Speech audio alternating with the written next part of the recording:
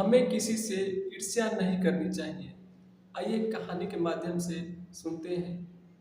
एक राजा था, वह अपने महल के खिड़कियों से रोज देखता था।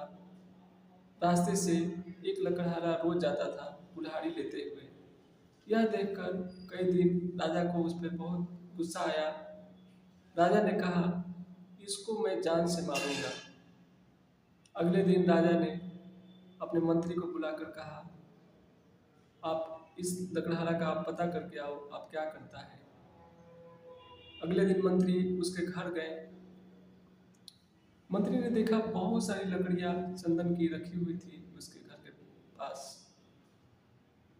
मंत्री जी ने पूछा, इतनी सारी लकड़ियां तुम क्यों रखे हो, क्या करोगे।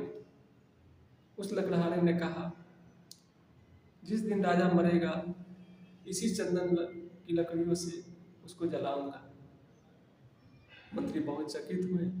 फिर उन्होंने कहा, अच्छा ये बताओ, ये बुरा ख्याल अगर आप अपने मन से राजा के प्रति हटा देते हो तो फिर तुम्हें क्या चाहिए। उन्होंने कहा, मुझे 2 केजी सोना चांदी हीरे जवाहरात चाहिए। उन्होंने कहा, मैं तुम्हें 4 केजी देता हूँ, लेकिन ये ख्याल अपने मन से निकाल दो। फिर उन्होंने कहा कि ठीक है। अगले दिन राजा फिर अपनी खिड़कियों से देखे उस लकड़हारे को, तो उनको लकड़हारे को देखकर दया आया, प्रेम आया उसके प्रति। उन्होंने अपने मंत्री से ये बात बताई। मंत्री ने कहा, मैं उस लकड़हारे के पास गया था और ये बात हुई उनसे।